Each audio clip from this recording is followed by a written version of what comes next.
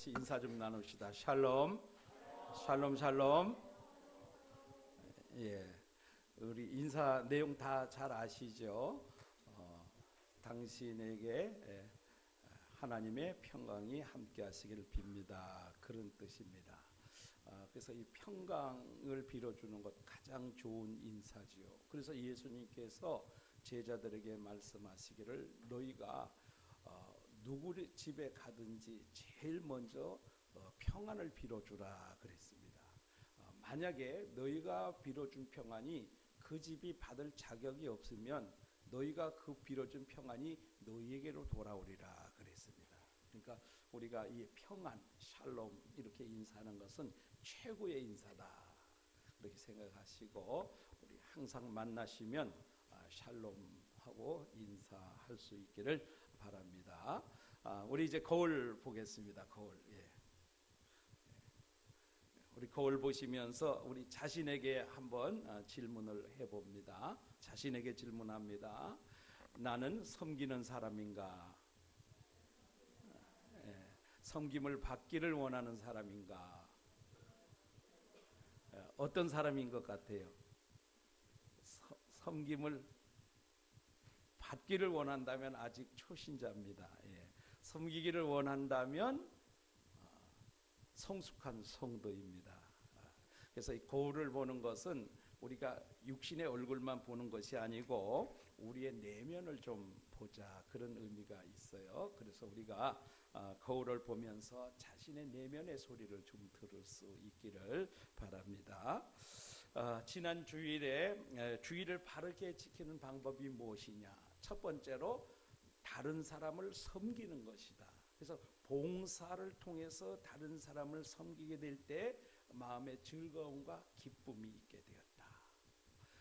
그래서 이 에스라와 느헤미야도 주일날은 슬퍼하고 금식하지 말고 울지 말라.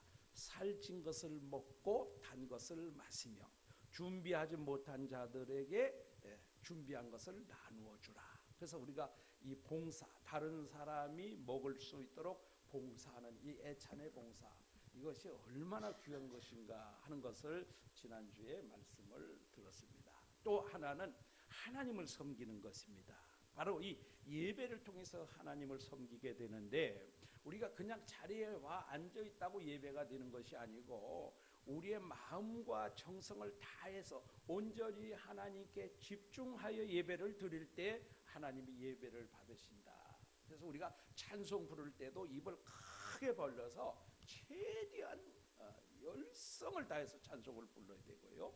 기도할 때도 집중해서 기도를 해야 되고요. 또 말씀을 들을 때도 마음은 콩밭에 가 있는 것이 아니고 오직 말씀에 집중해서 말씀을 듣게 될 때 그들 마음속에 감동이 있게 되었고 그들이 회개하기 시작하였고 또 그런 자들에게 하나님께서 내가 너희의 안전이 되어주겠다 그렇게 말씀하셨습니다.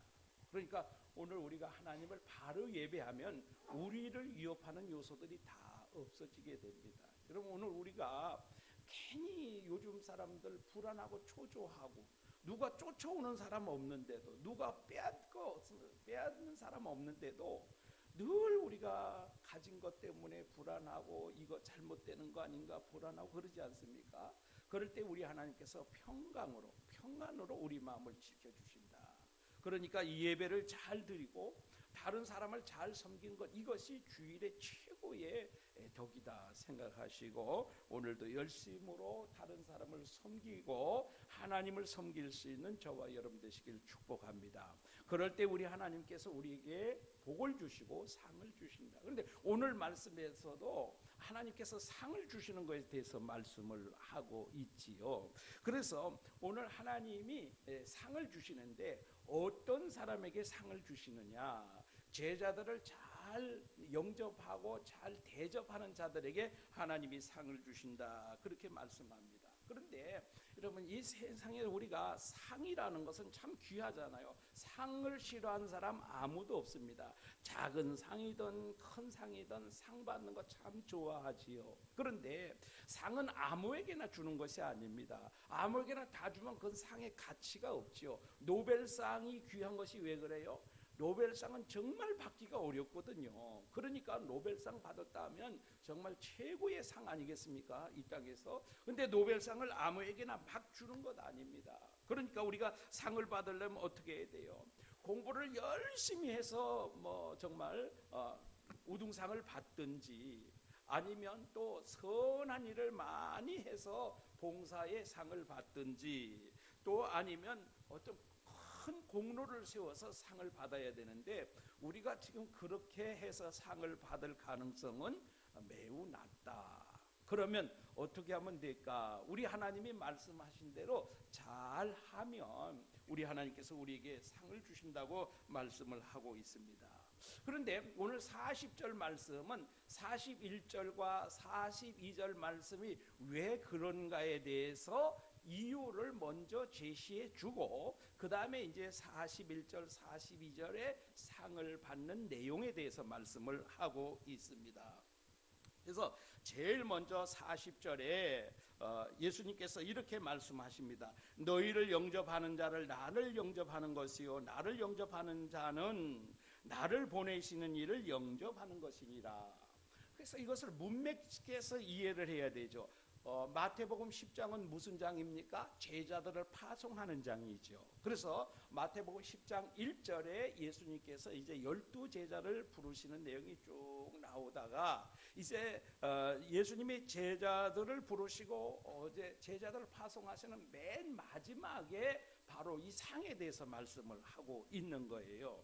그래서 그러면 왜 제자들을 영접하고 제자들을 대접하는 자들은 상을 받게 되느냐 하는 것은, 바로 제자들을 영접하는 것은 누구예요? 그를 보내신 예수님을 영접하는 거고, 또 예수님을 영접한 것은 하나님께서 이 땅에 예수님을 보내신 하나님을 영접하는 것이다.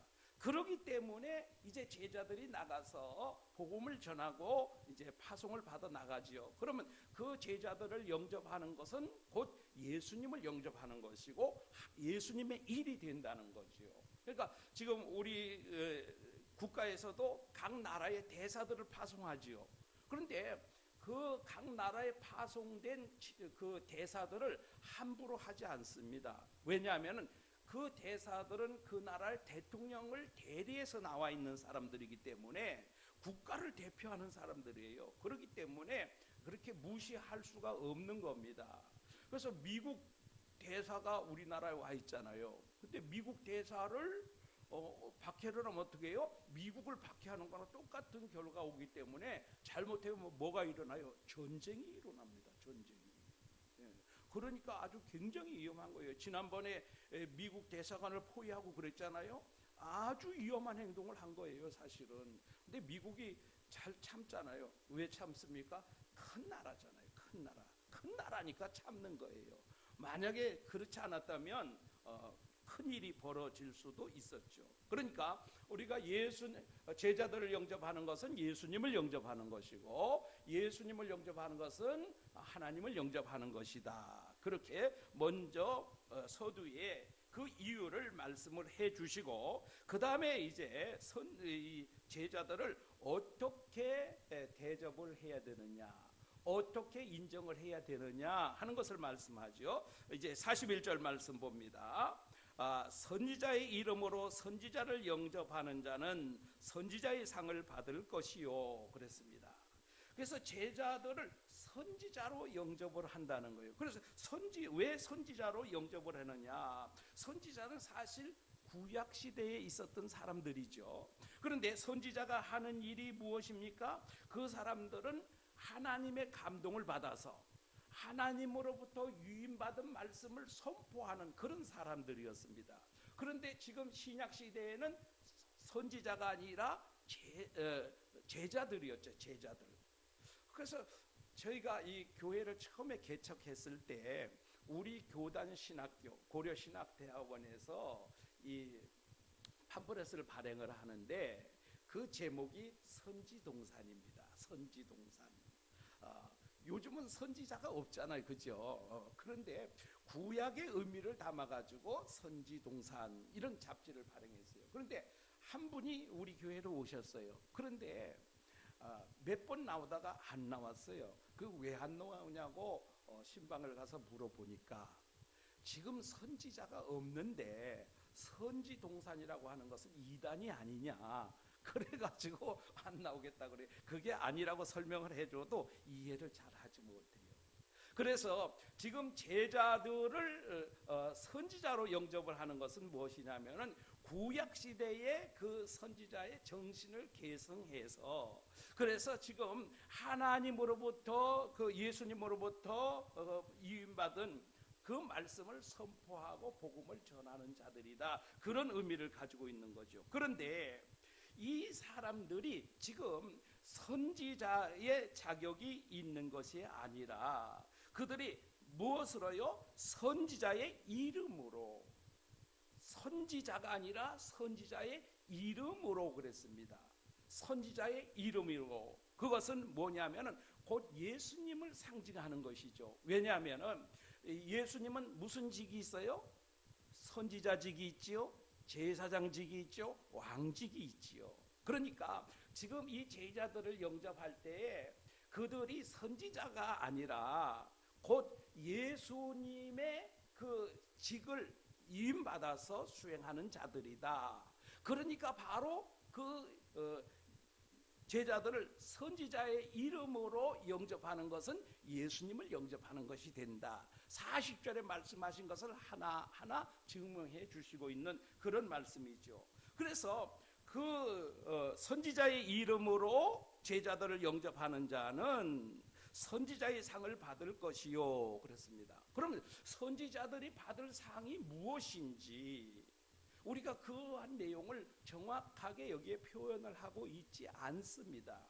물론 선지자들은 하나님께서 특별하게 세우신 직분자들이기 때문에 하나님께서 어떤 상을 주실지 우리가 다 알 수는 없습니다만, 그런데 이 선지자를 영접한 사람들이 받았던 복을 한번 살펴보면 그 복이 어떤 것인지 알 수가 있지요. 그래서 제일 먼저 엘리야라는 선지자가 있었어요. 그래서 열왕기상 17장 8절부터 16절에 보면 하나님께서 엘리야를 부르시고 이제 가뭄을 선포하게 하시고 이제 피신해야 되잖아요. 아방이 이제 죽이려고 하니까 이제 피신을 해야 되잖아요.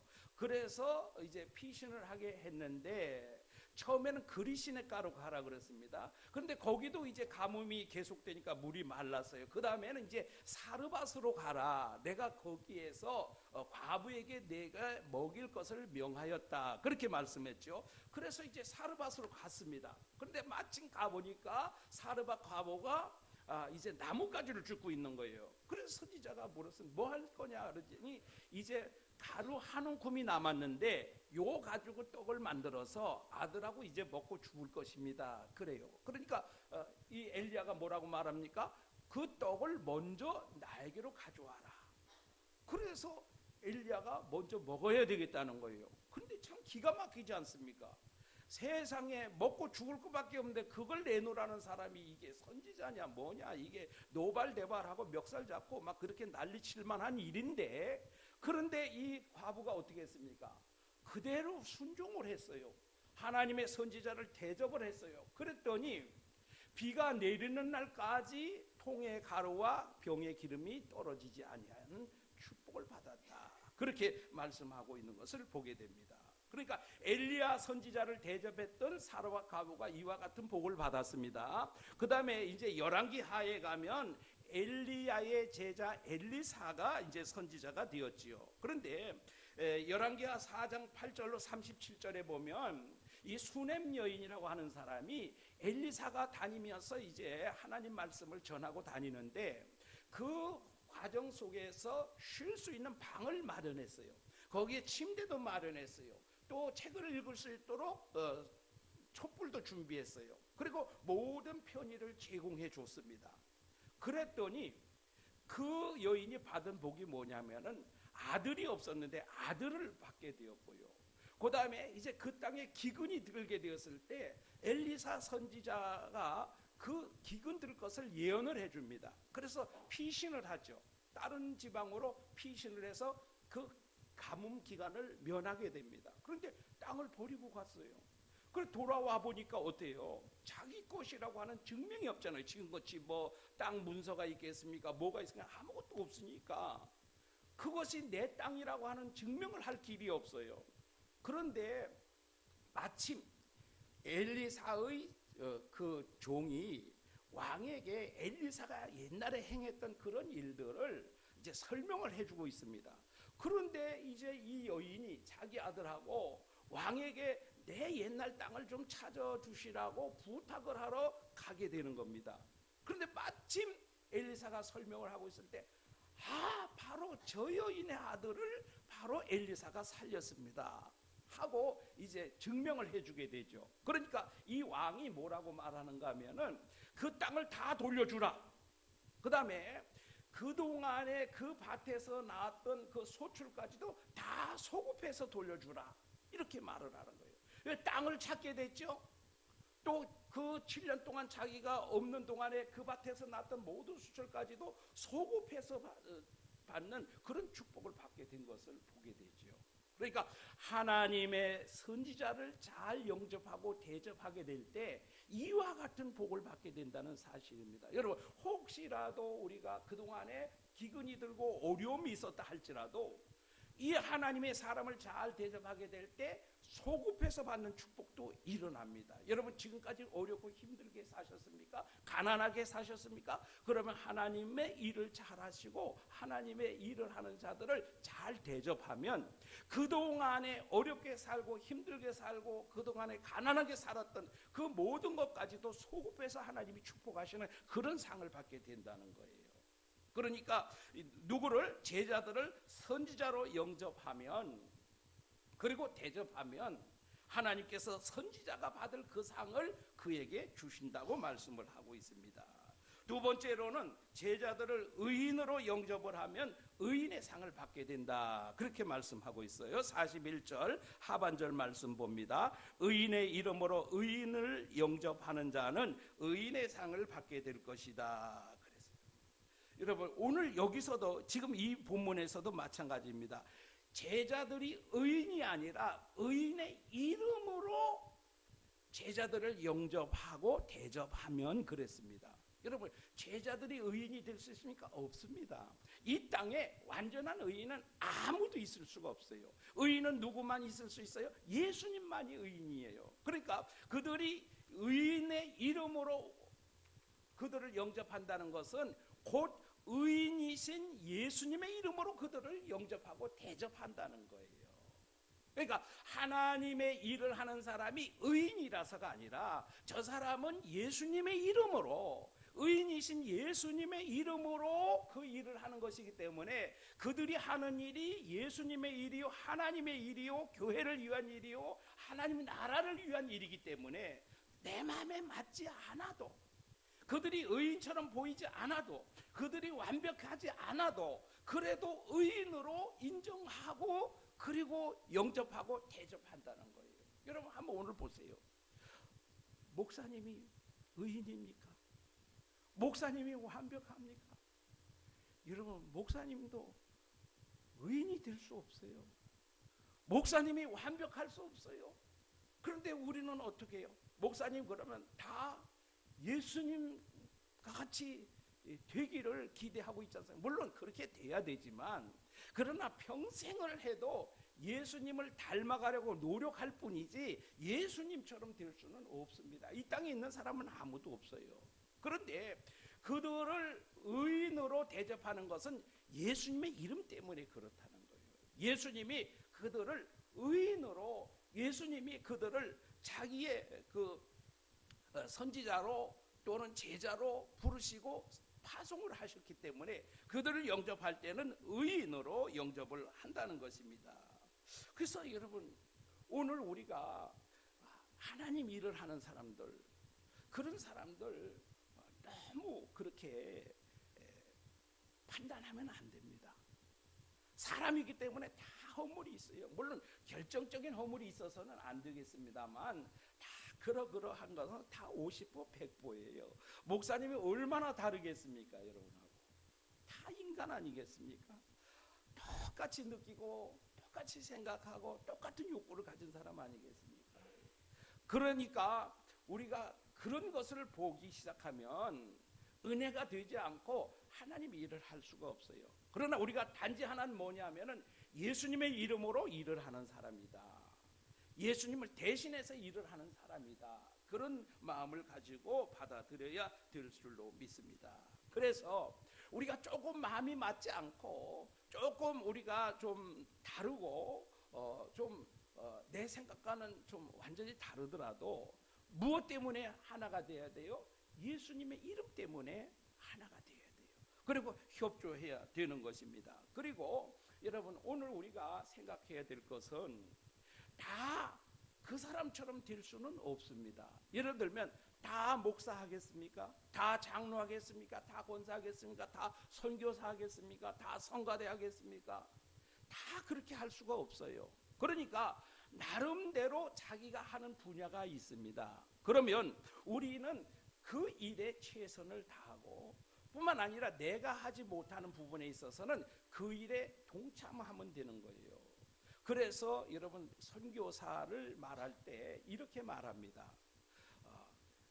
가는 선교사, 보내는 선교사, 그런 말이 있어요. 그 가는 선교사는 뭡니까? 선교사로 직접 나가는 사람이에요. 보내는 선교사는 뭡니까? 나는 못 가지만 선교사가 가서 선교할 수 있도록 후원하고 기도해주고 도와주는 거지요.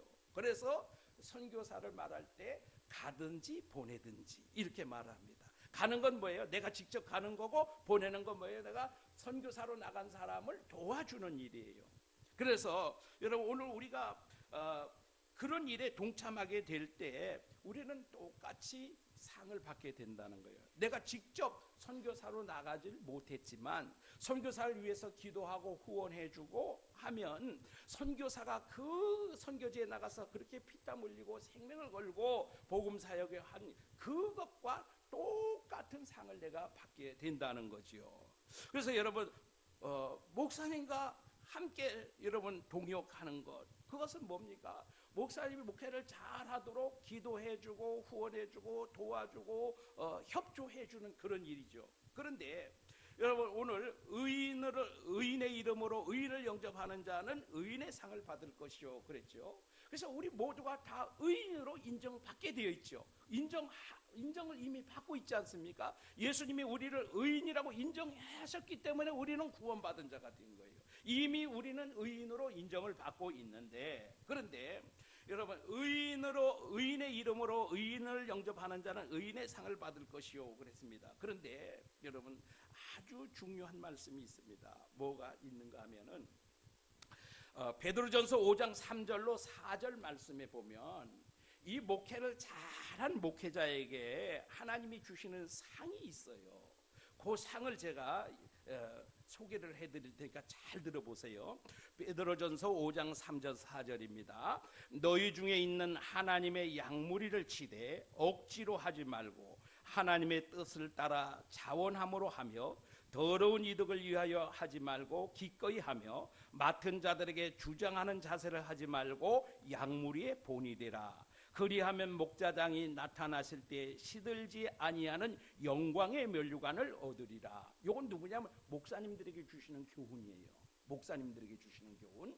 그런데 오늘 말씀과 같이 의인의 이름으로 의인을 영접하는 자는 의인의 상을 받을 것이요, 그랬죠. 그러면 오늘 목사님이 목회하는데 협조하고 함께한 동역자에게는 하나님께서 내가 직접 목회하지 않아도 목회자와 같이 협력하고 도와주고 협력하게 될 때 그 목회를 잘해서 하나님으로부터 영광의 면류관을 받는 목사님과 똑같은 영광의 면류관을 받을 수 있다는 거예요. 평신도가 영광의 면류관을 받을 수 있는 길은 지금 이 길밖에 없어요. 성경을 아무리 뒤져봐도요, 우리가 생명의 면류관이라든지 이런 것을 우리가 받을 수 있는데 영화의 면류관을 받는 사람은 목사님들입니다. 그런데 우리가 평신도로서 영화의 면류관을 받을 수 있는 길이 목회에 잘 협조하는 일이에요. 그래서 목사님이 성공적으로 목회를 잘하게 되면 하나님께서 그 목회자에게 영광의 면류관을 주시는데, 시들지 않는 영광의 면류관을 주시는데, 내가 협력한 나도 똑같은 것을 받는다는 거예요. 여러분, 목회가 쉬운 것 같아요? 쉽지 않습니다. 정말 어렵습니다. 정말 힘듭니다. 정말 웬만하면 목회자의 길 가지 말라고들 권면하죠. 김남준 목사님이 쓴 책에 자네 정말 이 길을 가려나, 그 책이 있어요. 목회자의 길을 가려고 하는 사람에게 다시 생각해보고 다시 생각하고 또 다시 생각해보고 정말 그 길을 가려는가 다시 생각해봐라 하는 그런 권면의 책입니다. 여러분, 많은 분들이 그래요. 나는 절대 목사 사모 안 된다, 그런 분들이 있어요. 여러분, 목사 사모하는 거 쉽지 않습니다. 그렇게 어려운 그 사역을 하고 그걸 잘 참고 인내하여서 목회를 성공적으로 마친 목회자에게 하나님께서 시들지 않는 영광의 면류관을 주시는데, 정말 목숨 걸고 이 목회에서 그 면류관을 받게 되는데, 그것을 나도 받을 수 있는 길이 있는데, 정말 목회를 열심히 하는 목회자들에게 협력하고 도와주고 동력하는 것, 그것이 바로 내가 목회자들만이 받을 수 있는 영광의 면류관을 받을 수 있는 기회가 된다고 말씀하고 있어요. 여러분, 저는 참 이 말씀에 참 은혜를 많이 받았어요. 그래서 여러분, 저와 여러분 모두가 목적은 무엇입니까? 오직 하나님을 위하는 것, 예수 그리스도의 일을 하는 것, 교회를 위하는 것, 이 목적이 한 가지밖에 없지 않습니까? 그런데 좀 생각하는 것도 다르고 방법도 다르고 좀 성격도 다르고 다 다를 수 있어요. 그래서 목사님과 마음이 안 맞을 수도 있고 부딪힐 수도 있고 갈등을 겪을 수도 있고 별의별 일이 다 있습니다. 사실 그렇잖아요. 그럼에도 불구하고 잘 참고 인내해서 교회를 잘 세워가게 될 때 하나님께서는 이 시들지 않는 영광의 면류관을 나에게도 주신다. 누가 주시냐면 목자장이 나타나실 때에, 목자장이 누굽니까? 예수님입니다. 모든 목자의 장 되시는 예수님이 나타나실 때 우리에게 시들지 않는 영광의 면류관을 주신다, 그렇게 말씀하고 있어요. 여러분, 영광의 면류관 저와 함께 다 받으시는 여러분 되시기를 축복합니다. 정말 이 영광의 면류관, 시들지 않는 이 최고의 영광의 면류관, 이 면류관을 위해서 힘쓰는 저와 여러분이 되시기를 축복합니다. 그 다음에 이제 42절에는 소자에게 대접한 것도 상을 받는다, 이렇게 말씀하고 있어요. 그런데 앞에서 뭐라고 말씀하셨어요? 앞에서 선지자, 또 의인, 이렇게 말씀하셨죠. 그런데 42절에는 소자다, 이렇게 말씀하고 있어요. 그럼 오늘 이 소자가 누굴까? 그런데 이건 분명히 앞에 나와 있어요. 또 누구든지 제자의 이름으로 이 작은 자 중 하나에게, 그러니까 오늘 여기 소자는 바로 제자들을 의미한다는 것을 알 수가 있죠. 그러면 앞에서는 선지자, 의인으로 칭을 했는데 그럼 왜 여기 와서는 소자로 취급을 하느냐? 그것은 그 당시에 제자들이 당한 그 처한 상황을 볼 수가 있는 거예요. 왜냐하면 그 당시에 유대인들은 이 예수님의 제자들, 복음을 전하는 자들을 아주 보잘것없는 사람으로, 별 볼 일 없는 사람으로, 어린아이와 같은 사람으로 취급을 했던 것입니다. 왜냐하면 그때는 예수님 믿는다 그러면 핍박하던 시대 아닙니까? 예수님 믿는다 그러면 잡아다가 가두던 시대였잖아요. 그러니까 예수님의 복음을 전하는 자들은 아주 별 볼 일 없는 자로 그렇게 취급을 했습니다. 그렇기 때문에 이 소자 중에 하나라 이렇게 표현을 하셨어요. 그런데 여러분, 오늘날도 마찬가지예요. 오늘날도 이 예수 믿고 예수 복음 전하는 자들을 세상은 싫어하지 않습니다. 아주 하찮은 존재로, 그리고 보잘것없는 존재로, 그리고 귀찮은 존재로, 정말 재수 없는 존재로 이렇게 느끼는 것이 바로 복음을 전하는 자들의 그러한 처한 상황입니다. 여러분 복음 들고 어디 한번 나가보세요. 할렐루야 하고 맞아주는 사람 있던가요? 복음 전한다 그러면 다 고개를 살랑살랑 흔들고 다 도망가 버리고요. 아무리 좋은 것이 있어도요, 교회 산다 그러면 절대 안 오고 그래요. 그러니까 아주 오늘 우리를 너무 하찮은 존재로 취급하는 것이 이 세상의 풍토라는 거죠. 그런데 이 제자들을 그 당시에 그렇게 대접했는데 그 제자에게 냉수 한 것이라도 주는 자는, 그렇습니다, 냉수 한 그릇은 아주 정말 아무것도 아니지요. 그런데 그것 하나라도 주는 사람은 절대로 상을 잃지 않을 것이다. 그러니까 다 멸시하고 다 무시하고 다 쳐다보지도 않고 그러는 사람에게 냉수 한 것이라도 주는 자는 결코 상을 잃지 않는다. 왜? 그들이 예수님의 이름으로 하는 일이기 때문에. 그래서 예수님이 말씀을 합니다. 마태복음 25장 31절로 46절에 가면 예수님이 이 작은 소자 중에 소자에게 냉수 한 그릇이라도 준 사람이 받을 상에 대해서 말씀을 하고 있어요. 그래서 예수님이 이렇게 말씀합니다. 한 무리에게 너희는 내가 감옥에 갇혔을 때 돌아보지도 않고, 내가 헐벗을 때 입히지도 않았고, 내가 줄일 때 먹이지도 않았고, 내가 목마를 때 마시게 하지도 않았고, 이렇게 말합니다. 그러니까 이 사람들이 그렇게 말합니다. 우리가 언제 그랬습니까? 우리가 언제 예수님께 그렇게 했습니까? 이렇게 하니까 예수님이 소자에게 하지 않은 것이 곧 나에게 하지 않은 것이다 그럽니다. 또 한 무리에게 예수님이 말씀을 하십니다. 너희는 내가 감옥에 갇혔을 때 돌아보았고, 내가 줄일 때 먹여주었고, 내가 벗었을 때 입혀주었고, 내가 목마를 때 마시게 하였다. 그 사람들이 또 말을 합니다. 우리가 언제 그렇게 했습니까? 우리는 예수님께 그렇게 한 적이 없습니다. 그러니까 예수님이 이렇게 말합니다. 작은 소자에게 한 것이 곧 내게 한 것이다.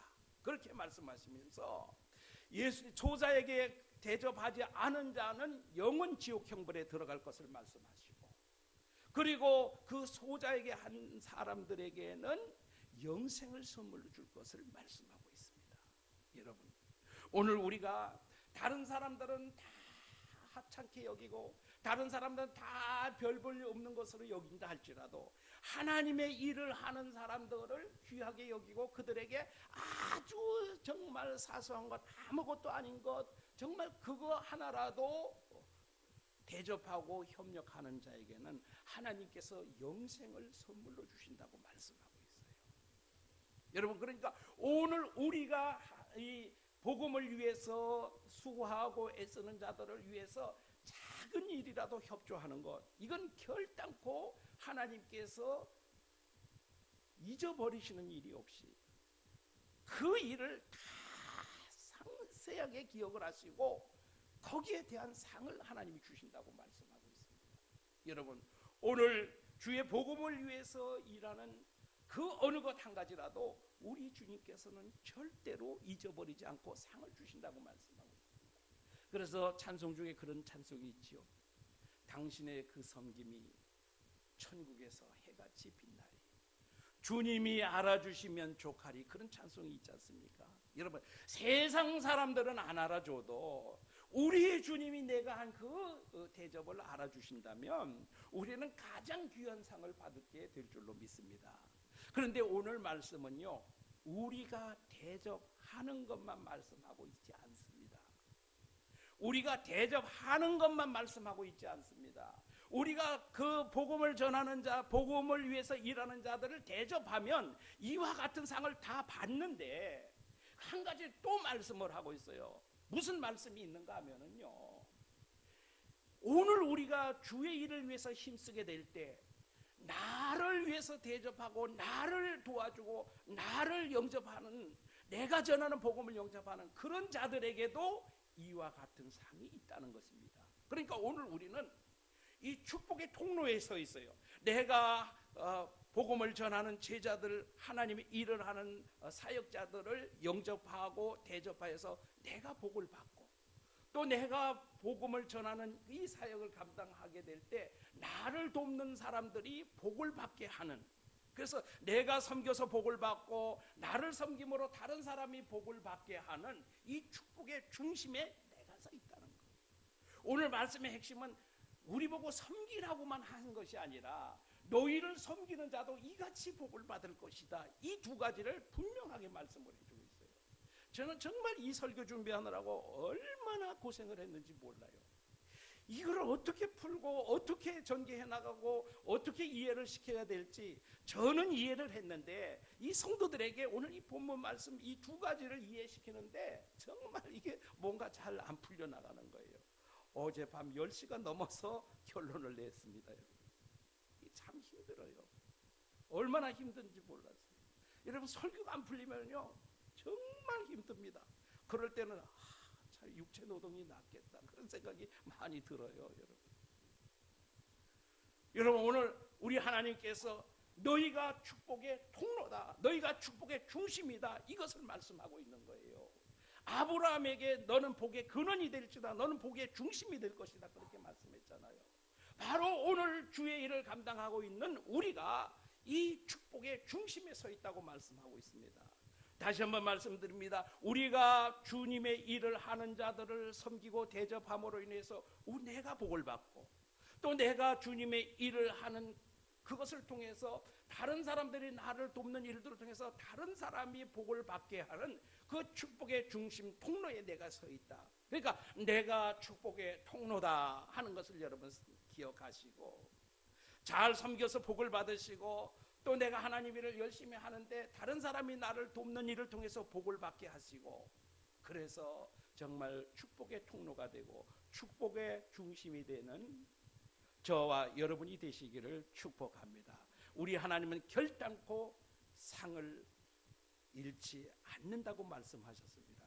오늘 사역자들을 섬기고 그리고 다른 사람들이 내가 하는 그 사역을 돕도록 하게 해서 정말 이 축복의 통로가 되는 그러한 믿음의 성도들로 다 살아가시기를 축복합니다. 은혜로우신 우리 하나님 아버지 감사합니다. 오늘 우리 주님께서 제자들을 영접하면 그리고 그들을 대접하면 우리 하나님께서 상 주실 것을 말씀하셨는데 특별히 우리가 그들을 대접하고 영접해야 되는 것은 예수님의 이름으로 그들이 일을 하기 때문인 줄로 압니다. 하나님의 일을 하는 사람도 연약한 부분이 있고 부족한 부분이 있고 결점이 눈에 보인다 할지라도 그러나 그들은 선지자의 이름으로 의인의 이름으로 사역을 하기 때문에 그것은 곧 예수님의 이름으로 사역을 하는 것이고 부족하고 연약하다 할지라도 예수님의 일을 하는 것이기 때문에 우리가 판단하거나 정죄하지 않고 협력해야 될 이유가 여기에 있는 줄 압니다.